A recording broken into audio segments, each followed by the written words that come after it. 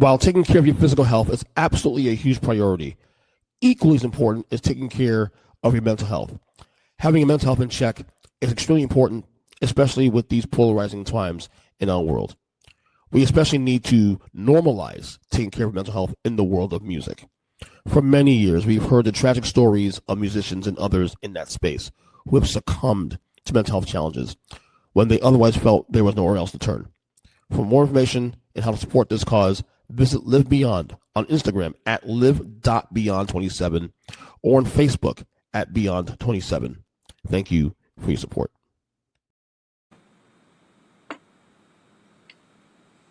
All right. The Earnestly Speaking podcast is a show that is founded on free-flowing conversation and may at times venture into mature subjects. Listener discretion is advised. Yeah, Earnestly Speaking podcast.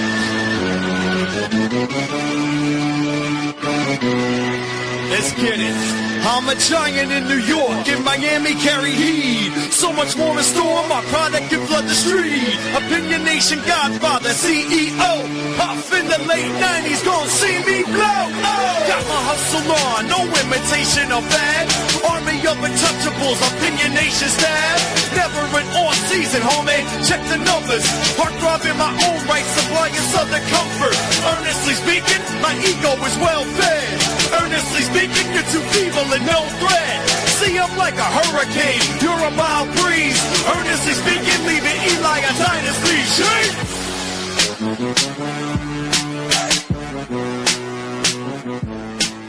Earnestly podcast, recording this Thursday night, January 8th, 2025, with an old friend here. 26. Jesus, Ed. God, you know what's funny? I've done 3 shows this week. I got it right every time except for this one. 2025 is so last year. How's it going? It's so last week also. Yeah. No, my good friend Edward Banchs is back on the show after a few years. Eddie, author, friend, former very brief band member, like a little bit. Oh, like three sessions. I forgot about that. That's how we met. Of course, Yeah, that's how we met. 2003, man, right? Yeah, in the metal scene in Fort Lauderdale. Yeah. You know, it's funny. You mentioned that too. Also, a couple of bands I used to play with. I've been getting asked by some people recently about do I have old CDs of my band, or I've heard someone else say that they're trying to put together a documentary on the scene from the early 2000s and stuff. And I'm trying to find stuff to give them that they can use for footage and stuff. I can't find anything really. Because I think once I stopped playing, I think I lost all the footage and stuff that I used to have. It's such a new world now that if now that stuff just lives forever. If, 10 years after that, your band, 2013, your band would have lived forever. Yeah, because we stopped in 2009, and we weren't really active even before that. We stopped being active about 2007. So I don't know, man. But Ed, what's up, buddy? Happy New Year to you, number one. Blessings to you. What's going on, man? Happy New Year. Not too much. Yeah, I've been all right, man. It's been a while since I've spoken to you. I've been just really busy. Yeah. Well, I got a bone to pick with you. I got a bone to pick with you right off the bat, man. You got married? I got married, yeah. And you didn't tell me? A few years ago. It'll be 3 years in March. Whoa. You got married 3 years ago? In March, yeah. And so all this time we've been talking. Wow. You don't keep it a secret. No, I'm just one of those guys that believes that your private life should be private, even though you're a close friend. I do consider you a close friend. I just we didn't put anything on socials. So obviously. I texted my mother, she texted her mother, and that's it. And how's mom doing, by the way? She's doing all right. She's turning 80 next month. I'll be in Orlando. Oh my God. Tell us a hi. Yeah, of course. She likes me, of course. Yeah. Yeah, but yeah. No, it's just, I don't know. I wasn't a wedding guy. I really, I've been with my wife for years. I mean, I met her in 2003. Really? Yeah. Before I met her here at a restaurant in Pittsburgh in 2003. And then, I met you in Florida in 2003, later that year. Yeah. So, yeah, I mean, it's just weird how life goes. Yeah. No one tells you back then. Right. The woman that you met here is going to be the one that you're going to marry. 20 years later, you're going to be married to her. It's crazy how that works, huh? Yeah, no, it just worked out. I reconnected with her here in Pittsburgh, and then we've lived together for like 10 years now. Something like that. Yeah. Wow. Wait. It might. Well, so I actually might know who she. Not know necessarily who she is, but you were dating somebody I think 10 years ago, and I think it was the same. It's the same girl, pretty much. Okay. Yeah. So it's still the same girl. Okay. Right. Yeah, like I said, we just went one day in March 21st, 2023. So it was a palindrome, 32123. Yeah. Yeah, we went to the courthouse in downtown Pittsburgh and got the paperwork, and boom. I gotta tell you, those are the best way. Those are the best ones. I'll tell you what. Like, we had a fairly big wedding. Although our wedding was in private too, also, but it was done like between my wife and I and our pastor. And then we had like the reception after because her dad couldn't be there due to health issues. So she made a decision to like let's do it in private because like he can't be there. So, it's not fair to her. She can't have the experience to have him walk her down the aisle, which I totally understand. By the way, tomorrow will be. Tomorrow on the 9th will be the anniversary of his death, actually, 9 years. But yeah, it's a tough day for her. But like, it's understandable why she felt what she felt, But I'll tell you this much though, in hindsight, if I had to do it over again, and granted, we didn't spend a lot of money on our wedding, but if I had to do it over again, I would have done a private wedding also. Yeah, I mean, look, I kind of wanted to, because I love weddings. Yeah. It's cool. I don't know, something about weddings that always gets me excited. Dressing up, seeing your friends dress up. Mm-hmm. It's the only way to get your friends and family together in a room for a good reason, not a funeral. It's the other way to do it. Yeah. Did you did you wear which band t-shirt did you wear for the wedding? I wore that day it was Death Heaven, and I had a hoodie on because it was March in Pittsburgh, so it was a little chilly. Mm-hmm. Yeah. But we had yeah, it was just fine. I don't know. I thought about having like a band play, and I was like, nah. We had bought a house. Mm-hmm. We moved into the house together half a year before that or something. Even so, we just decided that all the money we could spend on the wedding, we could just put into the house. So I just realized, like, the last time you were on the podcast was actually close to 5 years ago. Jeez, that's way too fucking long, Ed. It's way too long. So way too long. Was it like 21? What time of the year? Yeah, August 2021. And the last time we were on the podcast, we were talking about, the Afghanistan pullout. We're talking about we just got out of COVID. Oh gosh. Yeah. Oh my gosh. I published a book since then, and I've written 2 more. Right, you published a book, which I knew for years because we've been on the show. I published 2 books. The thing is, you've been on the show a lot. Early on, I think I was maybe one of your first guests on your show. You were definitely one of my very first guests, actual guests, right, on my show. And you were a regular for the first like 10 years. Yeah, yeah, we talked about a lot of things. Yeah, I loved it. SoFlo. Yeah, that's the best part, But so I didn't even get to talk about like, geez, my alma mater, Florida Atlantic, went to the Final Four. Yeah, yeah, dude. Greatest sports moment ever in history, whatever. Yeah, I remember you being Giants. Yeah, you like jacked up for that too. Also, I remember you texted me during that whole thing, like, "Oh my God, it's crazy!" Like, yeah. Well, I mean, you're from SoFlo. Yeah, I'm raised there. Yeah, so yeah, you don't expect like, this is what I hate about college sports. Like, if you really want to piss me off, talk to me about 2 things: Donald Trump or college sports. Okay, because I hate college sports. I hate the way people talk about college sports. I hate the way where it's going, what it's become. Like, I hate all of that, but I got really into the FAU stuff because it was like the last honest year of college basketball before it just changed. Like, San Diego State and Florida Atlantic will be the last 2 Cinderella teams to ever make the Final Four. From now on, any school that makes the Final Four is going to be the schools that spent the most amount of money on their teams. And that's the sad reality about it. And so people don't like it when it happens in pro sports, but it's inevitable in pro sports, and the underdogs can rise up there. You can see an Arizona Diamondbacks legitimately playing for a World Series title, even though they're not spending money because they just have a good team. That's just not going to happen much that happens in pro sports for various reasons. We remember the 2003 Marlins. Like, who the hell would have thought that team was going to go win a World Series? But look at what they. Yeah, look. Things that sometimes a team is just that good. I don't think that disparity is not gonna happen anymore in college sports. And I hate this whole notion of blue bloods. I hate all that. I can't stand college sports for this reason at all. And I'm saying that, and LSU and Ole Miss are on in the room adjacent. But yeah. So needless to say, you hate NIL.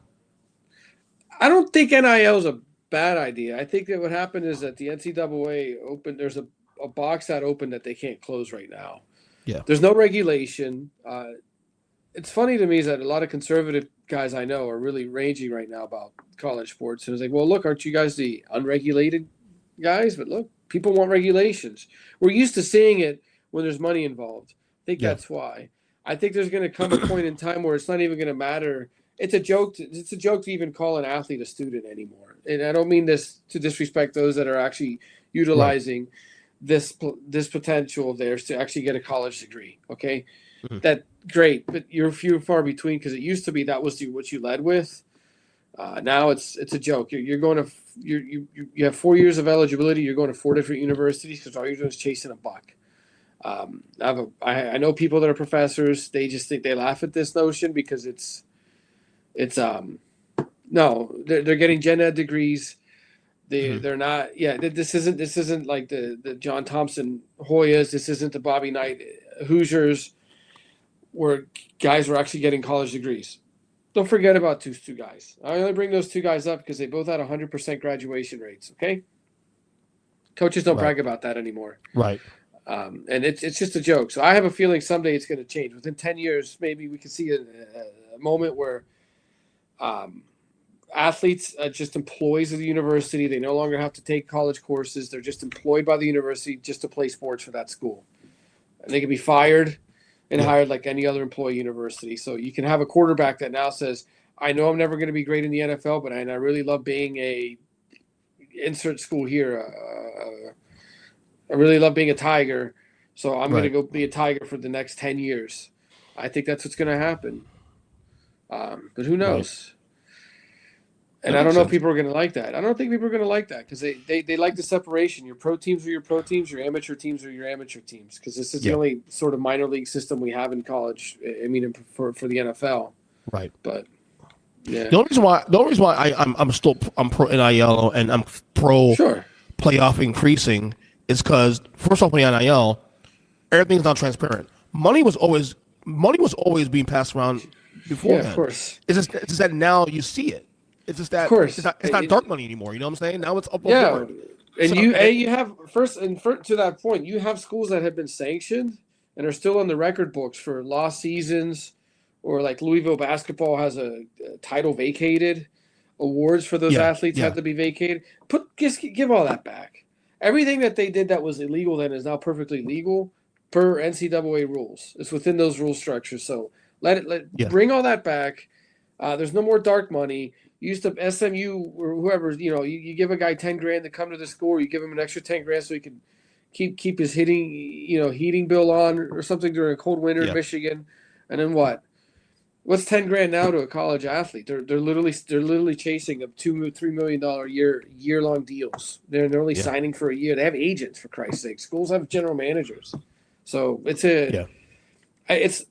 with that said, FAU still was in the Final Four, and hell yeah. Of course, man. What I led with at the beginning of this is that you, South Florida guy, you don't expect any of those schools to do anything like that. Remember when Florida Gulf Coast did that Sweet 16? It was like, the University of Miami would be the only school capable in South Florida of making something like this because of these. But now it's like, I thought. Well, right now, they're on right now. I'm watching them right now in the Fiesta Bowl, and they're 2 wins away from returning to glory again. So, if that's 7 points now, second quarter. If it's but there's the billionaires that back that school are not shy. So no, they're not, none at all. Yeah, this is what's supposed to happen, I guess. But you are still watching pro football, though. Of course, you're still diehard Steelers fan. Yeah, you guys very How? I mean, this is I never thought I'd say this, but the AFC North this year might have been the worst division in football. Well, not worst, but one of the worst football. I mean, come on, you have a team with a losing record going into the playoffs. NFC South, but AFC North this year a big letdown. I mean, for a division that's been, praised as the best division in probably the last 20 years, consistently anyway. We played AFC North football this year. We all beat each other up. Yeah, but also injuries, Lamar missing time, and the Ravens are the only. Us beating the Ravens twice is the only time that happened this year. As far as I think I don't know if the Browns beat the Ravens twice. At any point this year. This year, no. Browns lost the Ravens. They were close. This should be Sanders' debut. Yeah. We needed that. We needed, but it's all right. You need every inch, every game that to the point. To the field. Yeah, and you think that it's I know you think that Houston's going to win Sunday. We're recording this. Well, actually, I don't know anymore. I don't know, but the playoffs haven't started yet. Just so you know, it's Thursday. The playoffs start Saturday. Steelers play Monday. Monday, right? Which is exactly why I don't know anymore because, my day job I do a podcast as well too. Also, yeah. Now you also know that one of my co-hosts on the show is Pat Rooney, right? Yeah. He's actually the cousin of one of the Rooneys. Yeah. So we're connected to the Steelers very heavily, the family. So there's some weird shit going on with the Steelers now, and I picked the Texans to win only because of the fact that I haven't won the Super Bowl this year. That's the reason I picked them to win. Having said that, though, Ed, having said that, there's some strange things here. Some weird stats here. I saw and I'm learning in the last couple of days. First off, the Steelers have never lost on Monday Night Football on Mike Tomlin at home ever. I mean, as coach, this is considered a Monday Night Football game. Correct. Also, let's add more into that Mr. Rooney told me on the show a few months back that now applies now, even especially now. The Steelers have not lost on Monday Night Football at home since 1991. There you go. Here's a pop quiz. Who did they lose to that night? I was thinking about that, right? You said that. I'm thinking it was the Atlanta Falcons. No. It was my Giants. Was it your Giants? It was my Giants. It wasn't my Giants. And it's funny. Funny enough, before I learned that stat, I randomly, because I'm a nerd, obviously. I randomly watched that game on YouTube earlier in the year. Okay, so was Phil Simms would have been the quarterback? No, well, Simms was hurt. That was Hostetler. That was the year after we won a Super Bowl. We won a Super Bowl the year before that. Hostetler started the job the next year. Was Bubby Brister the Steelers quarterback then? No, it was Neil O'Donnell. And I know that too because Mr. Rooney was at that game also too on top of that. So he knows the game very, very clearly. And I told Mr. Rooney, well, guess what? It's kind of funny you said that because about a month ago I watched that game actually just randomly. Because I do that once in a while, find random games to watch on Monday Football. Just because I want to, because I'm a dork that way. Having said that, though. I'm a dork too. Yeah, having said that, though. This is a wide open AFC, Ed. This is a wide open AFC that we've seen in generations. So as bad and as weird as the Steelers have looked this year, and been and whatnot, would it surprise me if in 3 weeks they're playing Santa Clara? No. We're excited. There's a buzz going on. Look, we're due for a playoff win. We haven't won a playoff game in 9 years. The last time we hosted a playoff game, there was no one in the stands because of COVID. Right. And it's been we haven't won a division since 2020. We haven't won a playoff game in 9 years. Mike Tomlin knows he's got to win this playoff game. But something's different about this team. Aaron Rodgers is hungry. Aaron Rodgers. This is last year, bro. This is last year, I think.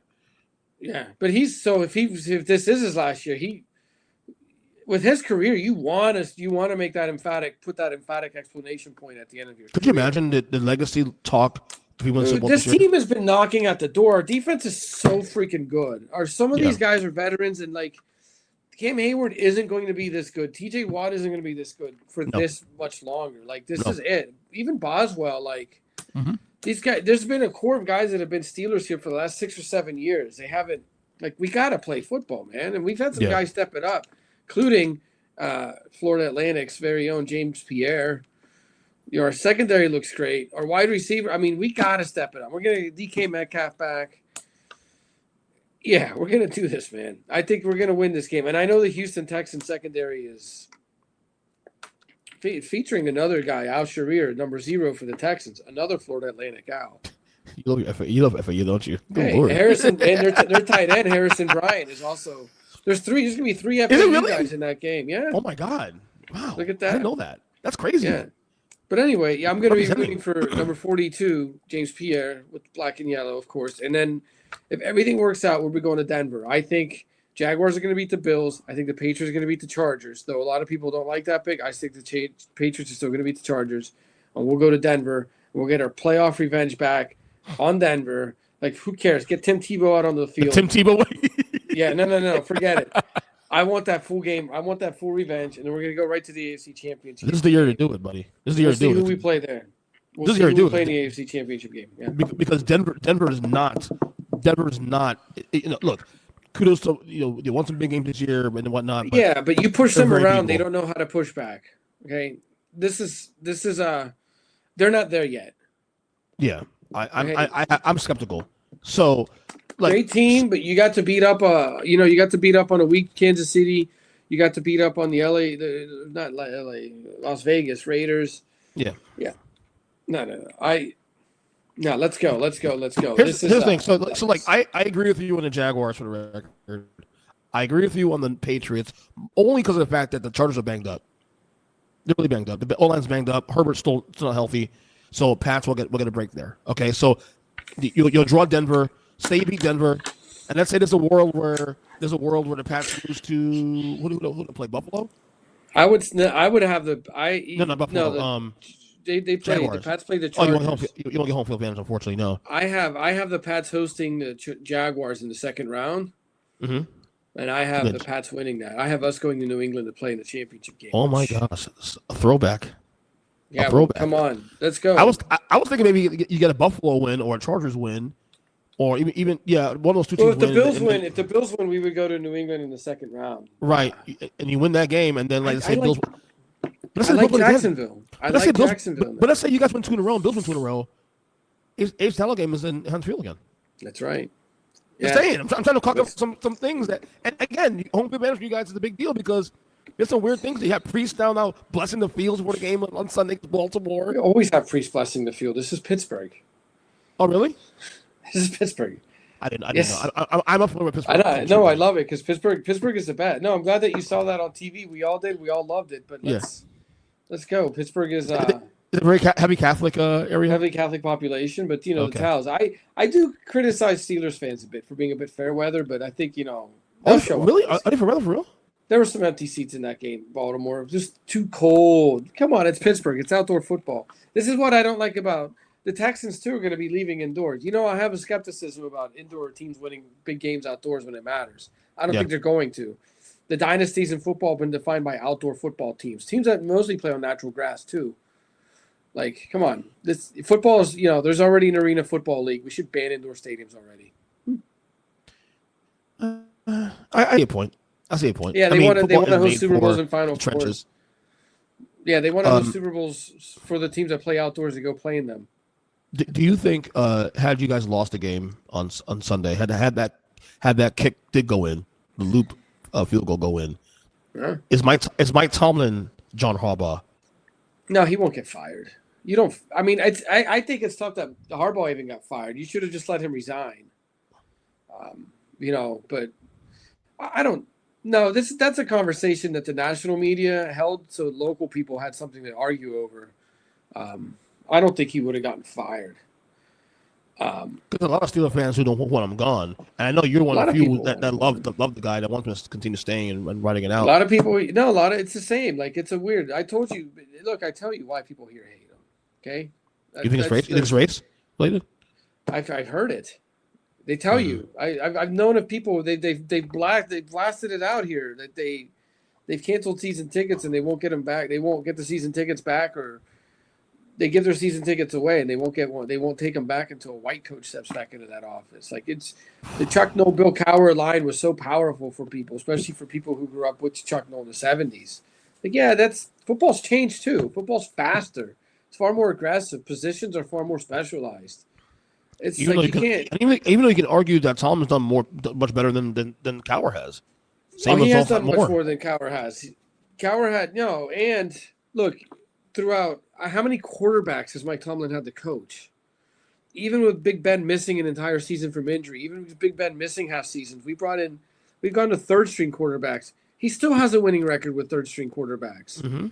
This is where coaches start to struggle, and he just writes game plans completely different around these guys to make them play, to get them to play. And for Christ's sakes, we made a playoff run with a guy named Duck Hodges. Who the hell is Duck Hodges? You know? Yeah. No, it's tough. And he by the way, he tied that win on Sunday against Baltimore. Mm-hmm. He is now even with Chuck Noll in victories as Steelers coach. Okay, That's amazing. It is, and he did it in less time. And I know that. Hey, it's probably not right to say that, 'cause when Chuck Noll came into the league, I think there were 14 game seasons. Yeah. So now there's 17 games, There's only 18 weeks. But only 4 years to do that now. 4 or 5 years. So you get 1 plus extra win, maybe 2 win. Yeah, but I mean, yeah, in the expansion, there's four more teams, but expansion, they always argue it dilutes the talent pool, but I don't really agree with that. Right. Sometimes right. I think you're able to exploit more talent that way doing that too. Right. Yeah. So you think Anyway. you really think that it is it's racism mostly driving the Tomlin narrative from me gone? I don't disagree with you for the record. I just think that there are a lot of fans who I talk to who are Steelers fans who are, I would think they're not racist, and I think they aren't racist, but No. that You wouldn't surround yourself with anyone like that anyway. No. I mean, I have a lot of friends who are Republican also too, but whatever. No, yeah. But no, yeah, I think that's part of the motivating factors. Second of all, he has to fill in when you take a job that was once held by Chuck Noll. Yep. And I mean, how many guys from the 70s Steelers are in the Hall of Fame? At least 5 or 6. Yeah, I mean, there's quite. I think 9. I think it's 9. Yeah. I think Tom. We got to see what Tomlin does with that anyway. But you have the biggest shoes in the world to fill. Yeah, the biggest shoes, and it wasn't his. It was Bill Cowher. But Bill Cowher, people say were bigger shoes to fill. No, Bill Cowher won 1 Super Bowl. He lost 4 championship games as a Steelers coach. Like he won, he won one at the end of his career. Had another season that was a not so great year, and then handed it off to Tomlin. I think people don't appreciate the fact that he's never gone under 500. That's ever. I know that's an incredible feat. In today's NFL, you're gonna have to NFL. He already surpassed Don Shula's mark, right? Wasn't that at year 17? Most consecutive winning seasons to start a career. I want to say yes, but I think it was Don Shula at 17. But maybe. Look, that's going to be one of these records. That's like we talk about unbreakable records in sports. I mean, I guess we thought, look, Ovechkin last year passed Gretzky, but and LeBron passed Kareem. But this is one of those high benchmark records where you're going to have to, at this point, you're going to have 21 consecutive winning seasons to start your career to beat that record. And look what he's doing with also the last 6 years, last 7, 8 years really. Broken down Big Ben, broken down fucking Russell Wilson, Justin Fields sucks, Mitchell Trubisky, Mason Rudolph. Okay, we went 4-1 with Justin Fields as our starter, right? And doing it in what we believe is the best division in football for the last 15, 20 years. Yeah, I mean, he got Jim Harbaugh fired. John Harbaugh fired. John. Is it John? John, yes. Yeah. Great coach though in his own ways. I tell my Steelers friends, so I know you want to change so bad, but listen, I'm a Giants fan, and we won 2 Super Bowls in the last 20 years. And since Kaufman's been gone, that cycle you guys criticize what the Browns do all the time, we're that now. I'm tired of that. I want stability. Yeah, well, we have it. That's the thing is you want stability, and people here want. I like the stability we have here, but people want championships here. That's the other thing. But it's I get it. I get why people are. There's lots of franchises. Though. There's lots of franchises in other sports, whether it's the NHL, the NBA, or the MLB, that we could talk about that are constantly winning, constantly going to the playoffs, but not winning championships. Would you rather have that or have a team that peaks every 15 years, like a peak and valley every 15 years? And I think you'd rather have the former over the latter. Yeah, because I would. You're at least in it. Because there's nothing wonderful about losing. No, it's depressing as hell. Being a Giant fan for the last 10, 15 years has not been fun. Which, by the way, I want to ask you now. Go ahead. Harbaugh? To Giants? Yeah. Yeah, I'm okay with that. Although I will say, yeah. Although I will say, I'm only saying this now because I've been saying this for 2 months now. I really want Kevin Stefanski. Yeah, so I see Harbaugh should either go to the Giants or the Browns. I could see why he would be attractive to the Browns, and I can see why he would, because it's the same division. He gets to now play the Ravens, right? But he can also beat up on, he also has the Tomlin thing going on, but I'd like to see what he can do to develop, because look, he took Joe Flacco, he wrote a whole offense around a traditional pocket passer. When he got Lamar Jackson, he wrote a whole offense around a mobile quarterback. Like he can do this. I think I'd like to see him transform a team that's at the bottom and see if you can bring them up. That to me is going to be a great measure of success. Yeah. The Giants have so many good pieces, though. It's a sexy job. I'll be honest. I think Harbaugh goes to Miami. Gee, that's. But I think. But here's my angle, though. I think he gets power though in Miami because there's no GM there. There's no GM there, so he may ask for both an executive role on top of being a coach, and Stephen Ross will probably oblige him. That's my prediction. Because I wouldn't want to work. Miami's issues, right? But here's the thing though, and there's a connection also with Stephen Ross and Jim Harbaugh, the Michigan connection. Yeah. So loop it to John. That's all. And I think also too, Miami's issues are going to be long-term issues to fix because of the Tua contract, and because they're already like $40 million over the cap before you even address Tua's contract. And you have a very expensive backup. And right, and if they cut him before June 1st, do you know how big a cap hit that is? $99 million.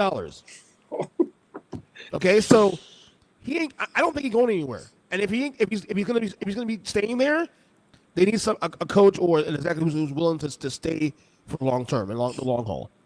John Harbaugh's still young enough, so I didn't think Mike McDaniel was the guy there. I don't know if I like Mike McDaniel in the first of all his personality, but you have he just left that. I mean, he's probably happy. He wore capris, man. He wore capris. I know he looked like garbage. Remember that guy used to coach the Dan Reeves used to coach the Broncos. Yeah. Used to wear a suit. Yeah. Tom Landry used to wear a suit. Better than capris. The capri is like, I didn't get that capri sweatpant thing. It just looked foolish. And go coach the Browns then. Let's see you stand in that stadium in Cleveland in December wearing capris. You look like a fool. They would snowball you. You gotta go. I don't know. These northern cities are defined by like that tough blue collar working class mindset. So you got to get a coach that fits that. Browns are a Steelers rival, but I'd like to see them get things settled. I'd like to see them get a good coach. I'd like to see them start winning football games. Because damn, who wouldn't want to see Myles Garrett in the playoffs again?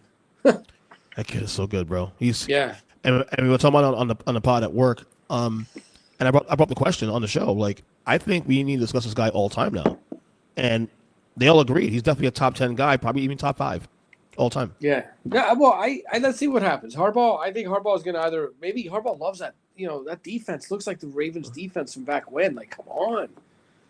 He probably looks at that and says, I could do this. The Giants, he may have to build up and spend a few more years building up. I'd like, if anything, the Giants get some out of the AFC so he gets to try the NFC. But I'd like to swap the Giants and the Jets. Do you want to coach? That's a tough media outlet too. But hey, good for him, man. The toughest one probably in the league. I mean, but if you win there, you're something special. That's the thing. John Harbaugh goes to New York and he wins the title there. He's minted. Tom Coughlin, for all those troubles he had in New York, he won 2 Super Bowls. He's minted. That's simple. Great. Tom Coughlin. I love Tom Coughlin. Great coach. I'm sorry. I know it may sound a little sacrilege to a lot of Giant fans, but I'll say it again. I've been saying it for the last 10 years. I know Bill Parcells was more successful than Coughlin was, but I will take Coughlin over Parcells personally, preferably. He's a little old school coach. I mean, look, we're talking about earlier about Tomlin. Tomlin's kind of also an old school guy too. He is. He is. That's what some of the younger fans here in Pittsburgh. butt heads with him. They don't discuss the racing. They just say, the game is so much faster, and he's still playing old school style. But that's the way the Steelers. That's the identity. Yeah. But who knows? Maybe. I mean, yeah. So who's winning the whole thing? Who you got going to Super Bowl? Each conference. My bias is going to be with the Steelers, but I'd like to see them play. If it's not us, it's the Patriots. Really? Yeah. Drake May's impressed you, huh? I don't think it's going to be the Bills, but the Patriots. Drake May's a good quarterback, but that whole team, looks like a good team. Period. Like we talk about Denver, New England having similar records. New England's a better team, but I like San Francisco on the other side. Do you really? Yeah. I'm discouraged by San Francisco after this week, though. Their defense is also bad. San Fran and Seattle can be right again in the championship game. My gun to the head pick is probably going to be Philadelphia. However, I think there's something to be said with Seattle having home field advantage. There's something there. Yeah, I don't like Philly this year. I don't like Philly at all. Period. But you don't like Philly at all, but for obvious reasons, I like. It'd be cool to see Seattle. They got some of the coolest helmets going, but I like San Francisco. Pragmatically, is a complete team. They've already been battle tested, and I don't know if I'd want to bet against that coach. No, I don't blame you. But that's the kind of game where if Seattle and San Francisco play again in the playoffs, there's no way in hell Seattle's going to win. I really like. I don't know. I'm very. This is wide open on both sides. Really, to be honest with you. NFC is a little more defined. The NFC, not much defined because no one believes in Carolina, obviously, or Chicago for that matter. I believe Chicago personally. I love the way Chicago looked this year, but I don't think. I think they're done on Saturday. I think they're done against Green Bay. Honestly. Yeah, give another 2 years, we'll be having a different conversation about that. Probably. Caleb Williams' second year. It took a second year to turn it around. The Bears have never had a 4,000-yard passer in the franchise history. I'm not surprised by that. Look at history. Like, he could easily be the best quarterback in Bears history in the next 5 years. It's a low bar. It's a low bar. No. He could be an MVP. Yeah, it's a low bar. Because the best quarterback they've probably had is Jay Cutler. I respect him. He lost that bowl game to Tulane. Yeah. And when everyone thought he was going to get out. And he said he didn't want to leave USC on that bad note. But he said that he could benefit anyway from another year of college. And you know how much humility it takes a guy to say that? Yeah. Like, how much? Yeah. Say, I'm going to just go play USC. Tulane's quarterback this year, Jake Resclaff, looks great too. But I don't know. We'll see who gets him. But anyway, yeah. That's football. I get it's a little weird talking about football so long. It is. But I did finish the documentary. Actually, it's funny. The Expos documentary on Netflix. Like, that's actually one of the reasons why we wanted to do the show in the first place, because like. When the trail came down, I think in November, I texted you. You sent me. I knew right away you're gonna want to watch it, and I said, you know what? Let's watch it. Let's finish it up, and let's do a podcast after. And you finished it way before I did. I actually finished it today before I came on air because I've been busy. The holidays have been busy for me, man, honestly. But I watched it. I enjoyed it. Obviously, very informative. A lot of things I did not know about in detail. Like, I know that Jeff Loria stuff, Dave Sampson, and they've. Because Dave Sampson is a regular on that Number Chart show, my favorite podcast to listen to. But I never got the details in the details. He gave us out a story, and that's it. So hearing a story of the Expos, to me, watching it, like Who Killed the Expos, to me, honestly, it's all circumstantial, number one. But if I don't do blame pie, honestly, the investors, I think I put more blame on the investors than anybody else. It's a lot of finger pointing in that documentary. It just goes to show you how difficult it actually is to run a professional sports franchise. But the investors probably. It sucks. It's unfortunate because that's but the reality is too is that I remember those games. Not that I'd ever been to. I have been to Montreal, but not for an Expos game. I only went a few years ago. But people weren't going to games there, and you had some of the best absolute players in the history of the sport on your roster when their last few years there. Especially Vladimir Guerrero, who was an absolute gem, the best 5-tool player in baseball, It's easy to see why he was an MVP. It's easy to see why he was a Hall of Fame. He's a Hall of Fame guy. Easy. But you didn't appreciate him. You only appreciate them when they're there. When they're not there, then I'm sorry, guys. Step it up. I mean, I don't think the new ballpark would have saved them. They always You think so? these things. No, they sometimes that's exactly what people assume. You build a smaller ballpark, maybe the A's are doing that now, but I don't know. The investors in that. I don't think anyone knew how to actually run a sports franchise. And when you look at it, when you look at something like this, is because it's good for you. Owning a baseball team isn't good for you. It's supposed to be great for the city that you represent. Then you don't know what you're doing. Then you don't deserve to have this team. And ultimately, I guess, look, they found themselves a good home. But it's got to be bittersweet. I know diehard Browns fans that were just devastated when the Ravens won the Super Bowl. It's the same that I know the Expos fans that I know, the two that I know that are Canadian Montrealers or Quebecois are really like when they saw the Nationals win that World Series. 2018, yeah. 19. Yeah. Was 19 18? Yeah, 19. They were just gutted. They were just like, what a great team, though. It had been so long since the Expos had been there. There was no Expos in baseball anymore anyway by that point, but you just think that's the whole reason why you build. The tree for the draft picks that built that team started in Montreal, so the seeds were planted then, but I get it. What's funny, though, is that move happened only 22 years ago. It feels longer than that. Yeah. Nostalgia is comfortable for us when you think about these things. But, yeah, 22 years is, you talk to kids in high school, even kids in college, and have no idea what the Expos are. It's the same. Like, I think that you see that movement a lot in hockey. The NHL's moved so many franchises. Oh, my God. It's crazy.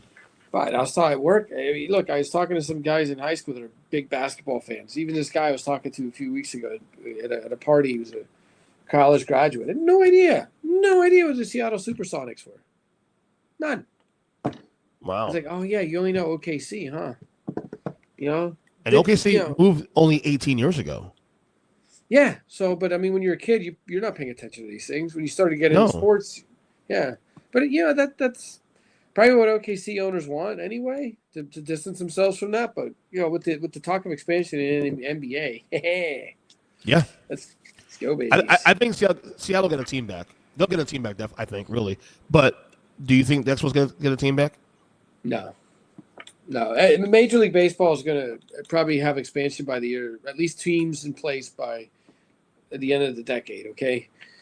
So probably early 2030s, we'll start to see 2 new teams playing baseball, which is going to be very exciting because, the more the better. Just that should help, though. Yeah, I think they're going to stay here. I think it's going to be teams like cities like I think it's going to be Salt Lake and either Nashville or Portland, Oregon. That's where I think the 2 new teams are going to be playing. I definitely think Nashville gets one because that's a very big growing city. Yeah, and that can structure a South division. Mm-hmm. That would be hot. That'd be not literally hot, like temperature wise, but like that'd be a fun division. No, I know what you mean. Yeah. Yeah, but that could be. Imagine a great rivalry they already have with Atlanta. Yeah. No, I think the Expos thing was doomed from the start because once the economics changed in baseball in the 80s, explain to you what happened in the 80s with the combination of things, the salaries ballooning, and then remember they're getting paid American salaries, but being paid in Canada, and the dollar in Canada at the time was a lot lower at the time. So your business in Canada, the NHL teams. And the Toronto Raptors know this, but all the NHL teams, you have to operate your business in Canadian dollars, right? But you're paying everyone in American dollars. Yeah, because so it's not easy. I guess the Blue Jays are also another franchise too. They're the other one. I'm thinking, they said so. Like they're spending fortunes to they can spend money. They're one of the 5 highest spending teams in baseball. But baseball economics dictates this. Your business is run in Canadian dollars. But you're paying salaries in American. Yeah. So, and it was the start. And a lot of things happened that piled up between that and then the owner was it Charles Bromson, who was a good owner, who was very popular there. Yeah. He wasn't turning a profit anymore, and he sold the team to to the president, and they had the investors, and that was doomed for the start. But having too many chiefs, too many Indians, not one chief, that's going to fail, of course. Then Jeff Lurie takes over, and him and Samson do that whole dance. And Jeff Lurie, he struck me as he's an art dealer. Yeah, from New York. Yeah, what the hell does he know about Montreal? I mean, he had his guy with him that like his pet, who spoke French. Was like, I could be this guy for you. Yeah, but what do you really know about running a baseball team? I really believe that was. There's a lot of conspiracy theories about him taking over solely to get that team out of there so they can rid themselves of that market. You knew exactly. Like, you keep seeing the footage to say it's going to stay here in Montreal. No, you know exactly what he was doing. He was trying to get rid of the team, but he ended up buying the Marlins instead. He won with the Marlins, and he was lucky. He got very lucky with those Marlins teams winning. Mm-hmm. Sure did. That's. He did fire that coach and brought in Jack McKeon. And that did it. But he got damn. Wow. You win a World Series, you're minted for a long time. It gives you a lot of leash. Of course you are. Until people who are alive. You pass on until all the people that are alive and still talking about you forget about you. That's your lifespan as an average person. But when you win a World Series, you're always in the record books. Mm-hmm. Yeah. 300 years from now, hopefully Major League Baseball is still kicking. Now, someone looks back and says the 2003 World Series was won by the Florida Marlins. Jeff Lurie was the owner. Yeah. Now, I know you say you don't see Montreal ever getting a team, but documentaries could have a way of influencing things. This documentary is it's on Netflix, on the biggest streaming service out there. It doesn't mean people are watching it. I mean, we'll see. I don't know. Maybe people will watch it, and maybe people will say, "Oh, okay, well, we can try to get it back and try." There's definitely a movement there for it. I myself, like you are, skeptical of them getting a team anyway, because I don't know, again, for the same reasons, the economics and how would economics be when time comes to pony up and do that. Because people say these things, and then when it happens, it isn't the same. I bought a sweet Montreal Expos T-shirt when I was there. A lot of Montreal Expos stuff is still available, but I mean, it's Canadians, yeah. And then the Expos, and then the Canadians. Do you think if the '94 season didn't end, they would win the World Series? That would have changed that franchise forever. That would have saved the franchise. I think they would have won the World Series. I think that would have won the World Series. I think it would have saved the franchise. The Nationals would be an expansion team. Yeah. So it would. So basically, it wasn't the stadium would have saved them. It was the World Series championship would have saved them. No, because it's hard to move. We say that. Look at the A's just freaking moved. Yeah. I mean the Raiders moved. Yeah, it's hard. It's hard to assume that, but look, the A's if the A's can pack up and move, then I guess anyone can. That was the best team in baseball in the '70s. Like the '90s, the Bash Brothers stuff, but attention spans are short. Money's the real motivating factor here. It is expensive. Look, I just read a book. It comes out. I'm reviewing a book for the Pittsburgh Post-Gazette called "Football" by Chuck Klosterman, and in the book, he's he's talking about he's talking about this is new book coming out here this month, and he's talking about the business of sports in one of the chapters. He's a great cultural critic, but it's serious. Very good. The only team we know any financial information about is the Green Bay Packers because they're a publicly owned team. Right. Costs $400 million a year to run the Packers. $400 million a year. You got 53 guys on salary plus. I'd imagine running a baseball team, the operations are probably a little less, probably lower than that in the NHL, lower than that in the NBA. You only got 15 guys on a roster. I mean, but some of the salaries in the NBA are, wow. Capitalism, buddy. But your TV deal, yeah, I know. That may end up killing sports, by the way. Salaries. Oh, yeah. No doubt. Just because the benchmark is set high for these players and the way stadiums are being built. There's an article in the New Yorker in December about stadiums, about these new stadiums that are being built for baseball teams, basketball arenas, and football teams. When the LA stadium was built for the Rams and the Chargers, the focus wasn't on seats, it was on luxury boxes. Luxury boxes have changed the sport. Right now you got owners of teams that are just catering to the wealthiest people they can. There's about 50 million millionaires What? There's 20-some million millionaires in this country. That's who the audience is for these stadiums. It's not us, you and I, the working man, the everyday person. If I wanted to go see that Steelers Ravens game the other night, I was coughing up $800 a ticket. $800? Something like that. Yeah, I can't. No, I'll watch on Peacock. And for the record, football, I don't enjoy in person anyway. So Peacock, it was on NBC. Yeah. Yeah, Peacock, same thing. Yeah. Well, yeah. Don't you have to pay for Peacock? Yeah, I do.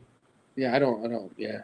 But I also watch streaming a lot though too. So I mean, it's I got HBO and Netflix. I'm still kind of old school. I got these things called books that I like. Oh no! I'm still a avid book reader. I should ask you this then. Do you do Audible or do you like to read books like physically? No. We got paper. See, I don't mind that. I also prefer paper. The problem is the reason I made the shift to audiobook is because of my lifestyle. Yeah, I got you. I have to take notes. I got the animal rights debate here. I got to take notes, man. I can't. I got highlights in here. I got pen marks in my other books. I'm writing. I'm literally writing notes to myself in the book. Oh, shoot. Yeah. So, as someone who writes books and I'm always researching, I need to keep tabs on things. So I don't do Audible. But scholarly books don't come out in Audible. True. I always been fascinated. I always have so much respect for writers. Obviously you're a writer. I got a lot of people on the shows coming on the show who have written books or stuff of that nature.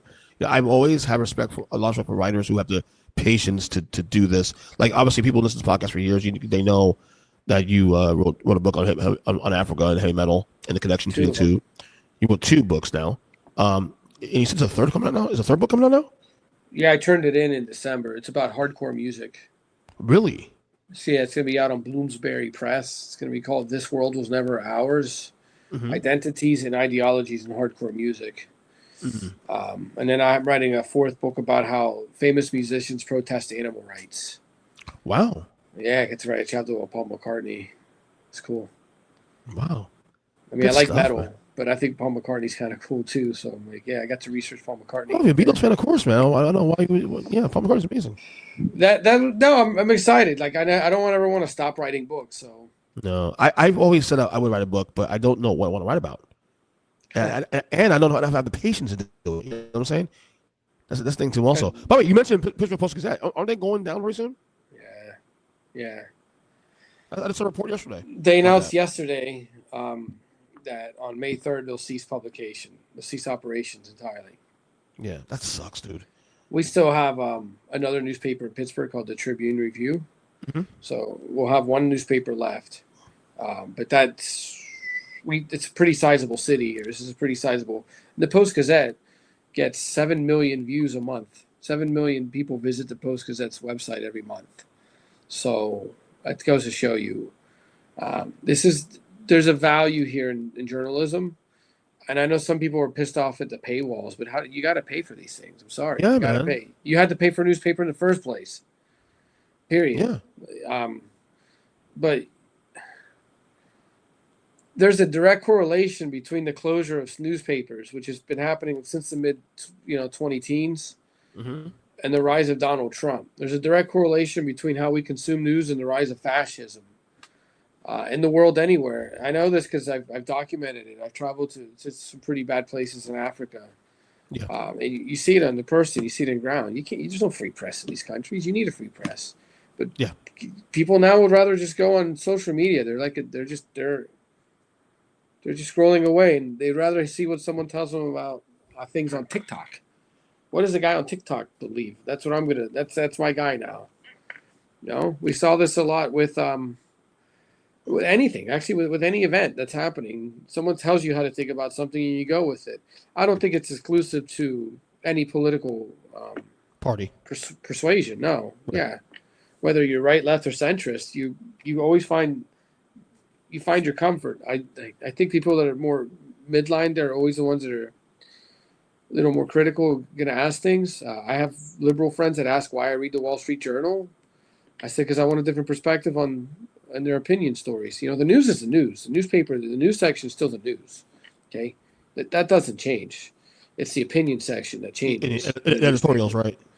Yeah, so that's why I want to read what conservatives have to say about the same issues.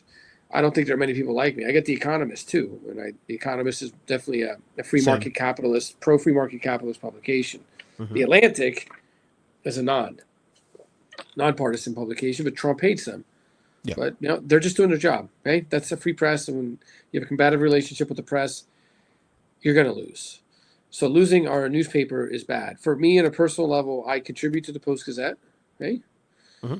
I do book reviews for them. I also contribute insight, what they call insight pieces, 1,500 word long editorials. I've contributed an editorial for them in the past as well. But people I know work there. It's right now. Right now, the Post-Gazette's front page today was about sewage water treatment and holding companies accountable for clean water in the city. Yeah, we're going to lose that. They've won Pulitzer Prizes for their coverage after covering the horrible synagogue shooting. They held the city to account for that too. They held this, how did this guy get radicalized? All these great questions that they asked. They cover City Hall. We have a Democratic mayor. They cover him just as critical as anyone would cover anyone else. Okay, and that's great. But people, there's been some issues in the past with the Post-Gazette. They endorsed Trump famously, but I mean, what's it matter? Did? Yeah. In 2016 and 24? 2016. Last election, they didn't endorse anyone. That was also part of the story. 2020 did Biden? I believe so, yeah. Okay. But that's just the owner. The owner had them do that. I mean, it's true. He owns a paper, but he should also keep his distance. You own a newspaper. You let the editorial department do their job. You let the journalists do their job. But we also have great coverage on. Everything. The Pirates, the Steelers, the Penguins, the local football, high school football, high school basketball. Mm-hmm. Everything. Even our music section here is great. I could say I'm biased on the book review section, but yeah, because you write it. Yeah, but it's it's just great to see it. Everything's covered in the Post-Gazette, and then you get to interview authors from time to time. Pittsburgh hosts an arts and lecture series, so it's great to hear different voices. Mm-hmm. I think that's the best part about it's run through the editorial section. So obviously you're going to interview different types of people, different types of perspectives. Are going to become right through that page, and that's what's great about a newspaper. But the news section is still the news. Right. So if anyone's listening and get a newspaper, subscribe to one. If anything, get your local one. That's the most important one there because it's where you live. Right. You get the Sun Sentinel in Fort Lauderdale or the Palm Beach Post because, the New York Times, Wall Street Journal, Washington Post, I get it. They're local newspapers with an international reach. But your local newspaper, you really got to keep up with what's happening locally. You have to. That's how government, our system of democracy is based on, in smaller systems, smaller examples of it. In and out. Yeah. Like building a team in the NFL from the trenches, from the inside out. Yeah, and I tell people, if you think, look, Donald Trump is what he is, but the most powerful person in your life is your town mayor, whether you know it or not. Yep. Your town council, you should be voting for those because your taxes, you're paying taxes for your town. You're building the roads that you drive on are the ones that you got to pay taxes on. Everything is done locally. Yep. And a local newspaper, they always should have journalists that cover local things. So you need that. Otherwise, things happen. We've already seen, there's already been examples of corruption happening in among school boards and local town councils, of money being stolen and whatnot because there's no one there to cover it now when those papers shut down. So it's devastating. It really is. That newspaper, the first issue was published on July 29th, 1786. The Post-Gazette? Yeah. Wow. 1786. Yeah, and mind-blowing to think that newspapers are almost as old as America. It's crazy. But it's been a trend we've been seeing change for the last 15 years now. Yeah, newspapers become more and more relevant. I hate to say it. It sucks because I'm an old school guy. But how do you get Joe Rogan? Isn't going to be your source of information. Well, Joe Rogan's not even a journalist. Joe Rogan he's a podcaster. like me. Right, but a lot I'm of not people. giving news. I'm shooting opinions out. Need, That's all. that's all you need your platform. People don't know the difference between what a journalist does. They get mad when journalists ask questions. They get asked. People get mad when people actually push That's their back fucking job. When right. they fact check, in real time. That's their job. Yeah. And yeah, that's their fucking job. You're right, and I agree with you. Sports journalists, same thing. They're valuable. That's who informs you and I. Beat writers. Perspective. Yep. Look, the Wall Street Journal wrote up a great thing on Harbaugh today, and I read it. It's like, this is great. Then they wrote up Kurt Cignati again, this mystery guy. Yeah. but it's great. It's great reporting. It's great journalism, and they rely so much on independent sources. I mean, on anonymous sources in sports journalism. It's a great. Whatever. All the great sports writers that you and I like started on News Desk anyway. So. That's why you support journalism. No one just goes right into sports journalism. It's a dream job, but you got to work for it. Yeah. You still write my music too, right? Yeah. Like not obviously books and stuff, but like you're writing like columns on music, like reviews and stuff, right? Here and there, yeah. Are you gonna do the Megadeth review? What? No, I'm not. No, I had to turn down a lot of work because I was writing 2 books last year. Oh, okay. So I was I was staring at this computer a lot last year. Oh shit! So like Megadeth is coming to an end. Final album comes out. Yeah, January something. Yeah, they're doing so. I just found out like 2 days ago. I was gonna try to go, but I can't because it's going to work out. They're doing a much like Metallica did recently with their last album. They're gonna do a night before the album comes out. Do a all the videos for the album on the screen at movie theaters. Night before. That's great. I would go, but I can't. All the dates available here are I have to work. So you and I saw Megadeth together twice, I think. Yeah, we did, and I saw them again a year and a half ago. Oh yeah, I saw them when they came through a few years ago here, and they just absolutely crushed. They came with Mudvayne actually. Oh yeah. Yeah. Dude, I know the songs I've heard from the new record. I get it. They're okay. No, it's the thing about musicians. You expect them to do the same thing over and over. We get bored. Of course not. You're supposed to grow. Same with writers. People are like, well, Stephen King's not going to write the same book for you 60 times. He's going to write different books for you. Right. You got to appreciate this. But I'm excited for it. One more. I'm glad that at least they're doing one more record. You don't want to. You kind of just want to end on that, so you have something else to add to the catalog, and then you. Yeah. Do you believe Dave? Do you believe Dave that he can be done after this? Yeah, because he's had some health issues. His finger issues. He's had his neck surgery. He's had cancer. Yeah, I think he's. I'm excited though for him because it's you get to quit on your own terms too. Yeah, it's the best part. He's 60, 64? Sure. What a legacy, dude! Come on, he single-handedly in the top 10 all-time metal albums. Rust in Peace has got to be in there. Top 10. It's top 5 for me. I mean, that's but you put the all-time in there, like Rust, Megadeth. People would argue. I think Countdown to Extinction would be on there. Mm-hmm. Peace Sells. I mean, he just there was. So many I love you and I already debated this in the past. I love System Has Failed. Yeah, it's a great record. Phenomenal record. That was a comeback record. Remember? Dude, after the hiatus they took. You listen to 13 and Endgame. Mm-hmm. Smacking records. The production is sick too. Also, yeah. I hate the fact though that a lot of his legacy and fortune is tied to the Metallica thing. I hate that because like for someone to leave the band, and we know Metallica did, and I'm a massive fan. I get that, but Dave doing what he did for the last 40-something years with that band, on his own. It's amazing. Like, did he achieve what Metallica did commercially? No, but they were staying cover his own lane and make a lot of money also too. Absolutely, it's because he never wrote. He never did an Enter Sandman. No. He never did that. That record he put out there was Countdown to Extinction, and his Enter Sandman is Symphony of Destruction. Yeah. That bass line, everything about that just rips. But if that's his way of compromising to a mid-tempo thing, I think most metalheads would rather hear that song than Enter Sandman. Yeah. Yeah. Honestly, I would too. Honestly, I mean, gun in my head. But like he has a great legacy, man. I mean, I love when I saw him live about a year and a half ago, August 2024.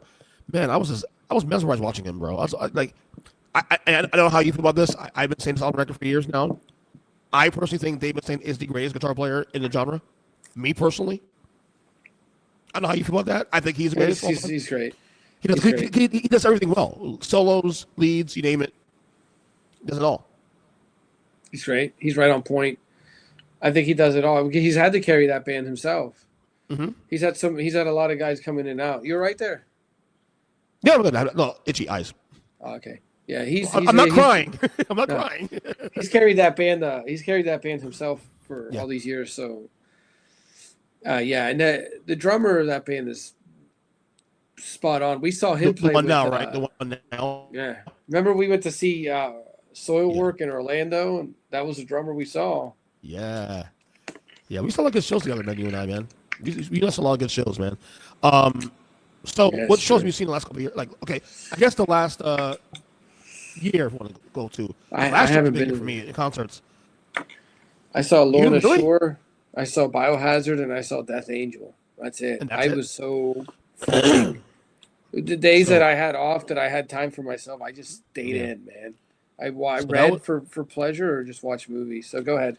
So we're doing the reverse thing now. So for a long time, being a parent, I didn't go to any shows. Last 2 years, really, I picked it up big time. So I saw Megadeth 2 years ago. But then last year, 2025, I saw Deftones. Saw Metallica with Pantera finally. I flew to New York to see System of a Down with my wife. I had a phenomenal time for the first time seeing them live with Korn. I saw Fear Factory again. And by the way, they're amazing. The new singer from Fear Factory, amazing. Seen him twice live now. Is he? Amazing. Is he? Oh, he's amazing. Him and Dina, amazing. He's live in that band again. Yeah, they're amazing. You gotta see him again. The album almost done, I think, also too. My wife and I saw 21 Pilots together. That's not really a metal band, but it's a more alternative, whatever. But the kids love them, of course. No, the cool thing about Metallica this year, though, I saw it with my wife and kids. It was just me. My wife and kids went with me. And my kids were into it. My kids loved it. They know all the songs. We saw them when they came to Pittsburgh last time, and it was a great show. Yeah. It was a phenomenal show. Probably not my favorite show of the 5 I've seen them, but definitely the experience is fun because going to concert with your children is a little bit different now because they love music too also. So when my kids go with me now and they know the songs too, especially, it's a different experience for me seeing that. It's like just sitting there singing Memory Remains. I'm like, oh my god, they know the song.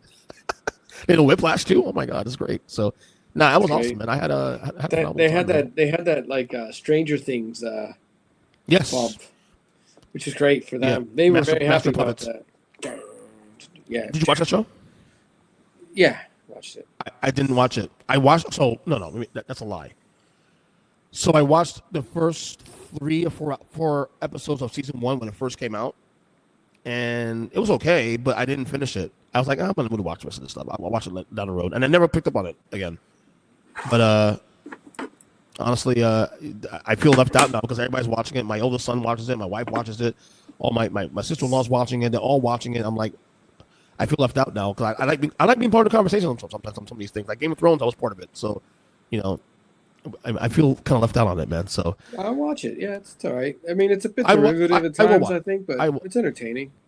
There's a good heavy metal moment in the final episode. Right. Any bands that you're into these days? Like any new bands? Extreme. What bands do you jam to? I'm excited for the new Converge records. I've been listening to a lot of Converge. There's a band called Filth is Eternal. Mm-hmm. I've been really getting into. I saw them with Darkest Hour, one of my all-time favorite bands last year. Yeah. Then how's the other? I have so many freaking bands though. Band called Cuss. Band called Dawn Fades. Band called Night NITE. And then Knock Loose. Knock Loose. Yeah, writing a book about hardcore really got me into some of the old hardcore records. I really like. Okay. Knock Loose is like Knock Loose. My buddy Matt must appreciate that. Actually, he's a big hardcore guy. He's a podcaster too. He's on my show once in a while. He should probably go on his show one day and talk about the book. Win the lottery sometime, so you could just fly all of your Earnestly Speaking guests to like South Florida and have them all in one room together, and we could just BS all night. Do like a mixer. And do like a huge podcast like the next day. Bro, Yeah. like I told my buddy the other day, like, you know, I could do like, because it's funny you said that, because like this year is the 50th anniversary of the podcast.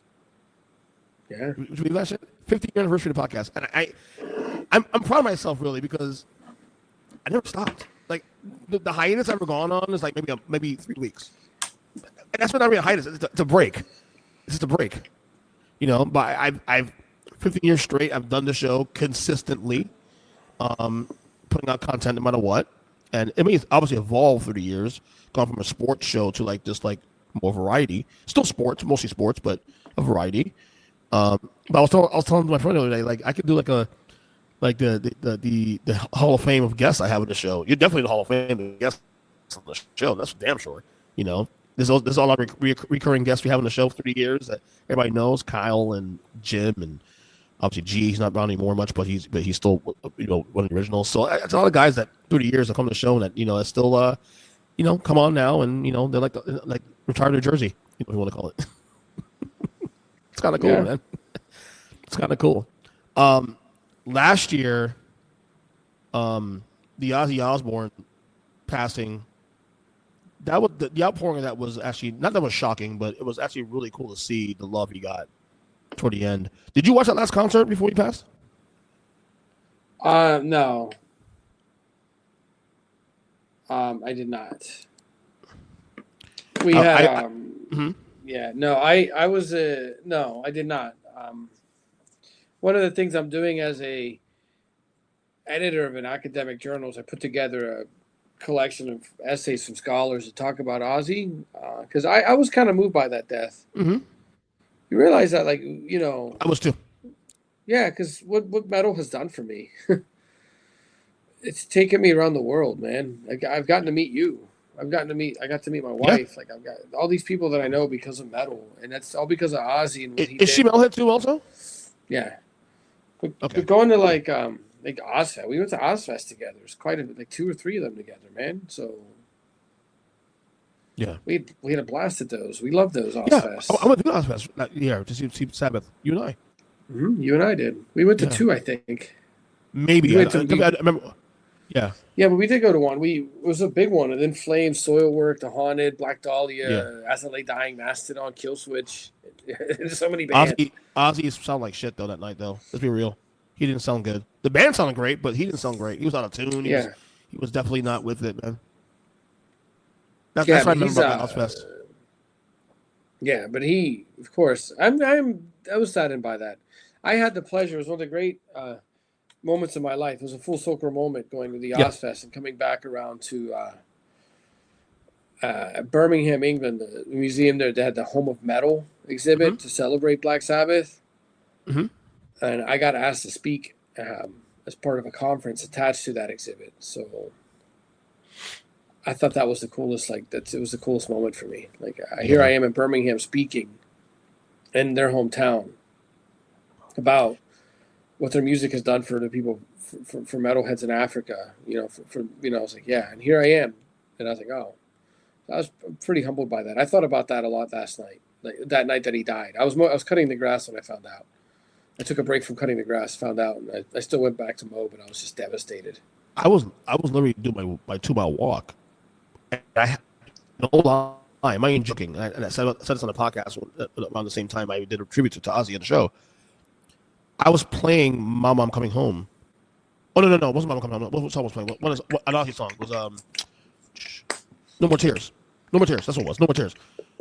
And literally, I shit you not, do my 2-mile walk. Then go to the gym to do some weights. And literally as I'm doing legs, this is when the news broke on my phone. Like minutes after I played No More Tears. Now, I'm not surprised he passed away because I remember watching the concert and watching the performance with him and Sabbath. And I told a buddy of mine who was watching it too, the Summercast, and I said, this is not a goodbye just for like Sabbath retiring. This feels like a goodbye, like he's on the way out, him personally. Like his health is not in good health. He's not in good health. You can see him on stage. He's like, You can tell that he's not well. No, it was. I'm shocked that it happened as fast as it did, though. That's what made it bittersweet, though, isn't it? 2 weeks after. 2 weeks after that. 2 weeks after. He did it, though. He got to see his friends. He got to play, and what a way to go out. Yeah, man. And the for the love, man. I'm glad he got that, too, because, like, you know, Ozzy, you know, a large part of his life the last, like, 20-something years has been the TV show and, you know, just that. Like, he's not really known for his music much anymore because he hasn't done much music in the last, you know, 20-something-ish years. At least anything of significance. So, to go back to, and not only that, he was the first Sabbath really was the first like band of that genre that broke to the mainstream, that opened a door for the Metallicas and the Megadeths and all the bands we enjoy today. Like Sabbath was the first mainstream metal band. Yeah, they were. Yeah, they were. So, yeah, they opened up so many doors. I don't know how to like. So, it's hard for me to put it in words because that night he died. I went and just started penning some words. I'm going to publish them here through something this year, but it's hard to put it. It's even hard to put it into words. Like so I took a break from it. Like I wanted to come back to it.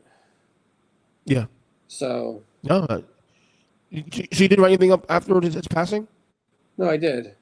You did. Okay, you didn't publish it. Not yet. I will publish it here. It's going to be part of through an academic journal. Okay, that's cool. Anything else we missed there on the docket? Anything else? Or do we clear a palate here? I mean, you talking any politics today? If you want to, I don't know what to talk about. You want to? Shit's bad, bro. Honestly, I go through these stages now with politics now where I get burned out. Let's end this on a high note and not. Yeah, because it's honestly, dude, like. All right, who's your Super Bowl prediction? Here, we'll do rapid fire. I want a rapid fire. Seahawks Texans. Rapid fire. Seahawks Texans. Seahawks Texans. Okay. Trae Young to the Wizards. Good or bad? Indifferent. It's good for the Hawks because they get a salary dump. What? Who the hell would want to go to the Wizards? But I respect this guy for doing so. Well, that was the team he asked to go to. He may not be there for long, though. I did a podcast today with my own Greg Harinia on the NBA show, and he thinks that whole thing's just a way to move again next year. Well, we'll see. But whatever. They're still an NBA team, and they're better than you and I are. Well, not only that, I think it will improve them a little bit. I just feel bad. I just feel bad. I love fans. I really love fans of teams like that. Yeah. Sacramento Kings fans, Charlotte Hornets fans. This is why I like Browns fans, Lions fans. You show up. Yeah, absolutely. The Hornets are going to be pretty good a few years because Con Knievel is going to be a stud player. That kid is fun to watch, bro. Same with fun to watch. Same with you seen these games in Portland at VJ? No, I haven't really watched much Portland games this year. I need to start watching. Yeah, it's been so much. I need to watch more Portland games, but they're playing good this year too. Also. I love watching the Blazers, man. They're hot. All right, this is actually a rookie class too, also because Cooper Flag settled in now. The kid Edgecombe in Philadelphia is playing great. Oh, he's great, isn't he? He's exciting. Dude. He's exciting. Yeah. Who do you? Okay, NBA Finals prediction. Too soon. The too soon NBA Finals predictions. Okay, OKC in the West. Yeah. In the East, it's gonna be New York in the East, but I'm a little worried about New York. Honestly, I think Detroit. There's something there. And Boston, Tatum might come back this year. Yeah, I think. Well, we see it. I'd love to see this Blazers team with Damian Lillard at the end when they make the playoffs. I'd love to see Damian Lillard come back with this team. Yeah, I'd love to see that. Anyway, next year. Too soon. MLB question: do the Pirates make the not the World Series playoffs this year? They still got Scoble, right? Yeah. No. National League's too good, bro. If the Mets can't get in, how about you think the Pirates are going to get in? Like, seriously. I mean, come on. Look at the Mets. The fucking Mets. And don't... That fucking team is a... Pete Alonso with the Orioles. Good or bad? Good for him. He got paid. He got his money. Do you follow the NHL? I do. You think... Do you have any predictions there? Because we're blown away by the Avalanche. Like, we can't believe the team's... Panther fans getting a little worried, man. Someone to talk to. They're not even in the playoffs right now. And some of my friends who are very diehard fans think they're not going to get in this year. No, I think Carolina wins the East this year. I think they play the Avalanche. I think the Hurricanes Avalanche in the Cup Finals there. I like OKC. Yeah. I like Detroit. We'll see if Detroit. I see San Antonio could beat them. I think Wemby be the best team. Wemby be the best player in basketball the next 2 years. If they're healthy, if he's healthy, if the Spurs are healthy in the playoffs, they're going to beat the Thunder this year. Probably it could be the Spurs and the surprising Pistons. Which, hey, no, this is why parity's great. This is why I led with this because this is why you draft. This is why you change your franchise. Duncan Robinson's made a huge, deep impact there. Oh, yeah. You got the veteran guy. Yeah, he's starting there. He's getting his minutes. He's showing you how good he is. He also feels a need because they need shooting, and they need more shooting, to be honest, in Detroit. I'm not sold on the Lakers right now. No. The Spurs, to me, are like the Spurs and Thunder, big time. The Knicks. It's Thunder, Spurs, Nuggets, obviously, when Jokic gets back. And the Rockets, of course, in the West. Jokic wins the MVP this year. He has to. Well, maybe not because he only played enough games. He's been out. That's right. Well, he's 4 weeks. He's missing. How many weeks? How many games? How many games can you miss? He can miss up to 17 games. See, that's and when he gets back, so he's come back at the end of January, and they're saying that it'll be right up near the 17 game mark, near it. So he can't miss any more games at that point. I know. This is why you want to get injured during the All-Star period. So Wemby might miss it also too because he would miss all the time already as is. Do you agree with this? Because the rule, I do agree with the rule. Maybe shift the number a little lower. 20. The 20 games, maybe? Yeah, I guess. Although, honestly, dude, but the thing is, I like the rule because I know. I'm so sick of these players not wanting to play, bro. You get paid a lot of fucking money to play basketball. I want to hear it. Yeah. I want to hear it. Sorry. We also have a World Cup this year, which I don't know if you're a fan of, but I am. I got France winning it. I got France winning too. Yeah. The best athlete on the planet is a Frenchman. Period. Yeah. And he's dark skinned. Yeah, Mbappe's dude. This guy could be a fullback in the NFL. And he'd be untouchable. Oh God, yeah, he's amazing. He's amazing. He's the best athlete I've ever seen. Yeah. Period. I like it. All right, and then Megadeth. We'll see when that record comes out. I will see them when they come down here. Mudvayne's going to put out a new record too. I know you're a big fan. I am. I will say though, when I first saw them, so I don't know if you know this. I never saw them live until 3 years ago for the first time, and they were good. But Chad was out of shape at the time. He didn't sound great. And then I saw him again last year. Well, 2 years ago rather with Megadeth. He sounded much better on that tour. I hope he's taking care of himself, man, because Chad's weight is up and down, and he's a little older now. And I always notice when he's bigger, he don't sound good. When he's a lot more in shape, he sounds much better. Cool. Yeah. No, he's a good vocalist otherwise. All right, write this down because the next time I'm on your show, here's what I'm going to do. I want to revisit something you and I discussed a few years ago. Remember years ago when I was on. We discussed Dynasties? The best Dynasties. Dynasties. Okay, because that we can revise that now. It's probably been like 15 years. So it's been about 14 years since we had that conversation. Yes. And uniforms. we can do that podcast next month or two if you want to. Sure. I'm okay with that. Yeah, I think the Thunder are starting something, so that's kind of what it motivated. So how do you want to do it? You want to do best dynasties of all time, top 5 dynasties of all time in any sport, or any sport? Yeah, because you can't. You got the Islanders, the Islanders and the Oilers. Geez, 4 in a row. You see, it's so hard to win one. To win 4 in a row. Jeez. Yeah. So we do top 5 dynasties all time, regardless of sport. We do top 5 jerseys of all time. Uniforms all time. Yeah. So that's okay. That's gonna be a lot tougher for me than the dynasty part. The Giants are on mine, even though the Giants are mine too, also. But which one is the question? I don't know which one. I love both. The road uniforms right now for the Giants are the sickest. They have just the red name and red numbers. Red, white, just and blue. red and white. Just red and white on their jersey with the blue helmet and the gray pants. I will sit on that. I will sit on that topic for a good while and see how I really feel about the uniforms, because I'm not as passionate about uniforms as I used to be. So a lot of my answers might be old school. You know what I'm saying? Yeah. There's a lot of old school uniforms I do like. I will say the Seattle Seahawks alternate uniforms this year I saw, really good. Yeah, but I get it. It's like everyone loves the little Broncos ones or Eagles ones. They didn't win in those, so. Yeah, I love the Eagles ones too. The Eagle alternative Kelly Green. Yeah, Kelly Green. I love those. The new one's cleaner. That's interesting. Let me sit on this one actually a little bit, because another good one we could do is like top 5, and we can segue into genres. Exactly, I was going to say that top 5 helmet designs. Jets, Seahawks, Vikings. The green Jets helmet is great. It's classic. The one they should have never changed it. Because there's like 2 or 3 of them right now. There's the one with the circle in the middle, and there's the one with the green jets one with the white jets lined out. Yeah. But anyway, yeah. Okay. Yeah, it's fun. It's fun. Test the rodeo jets. That way we avoid talking politics. File for content.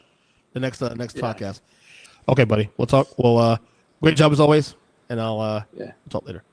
Yeah, I'll talk later.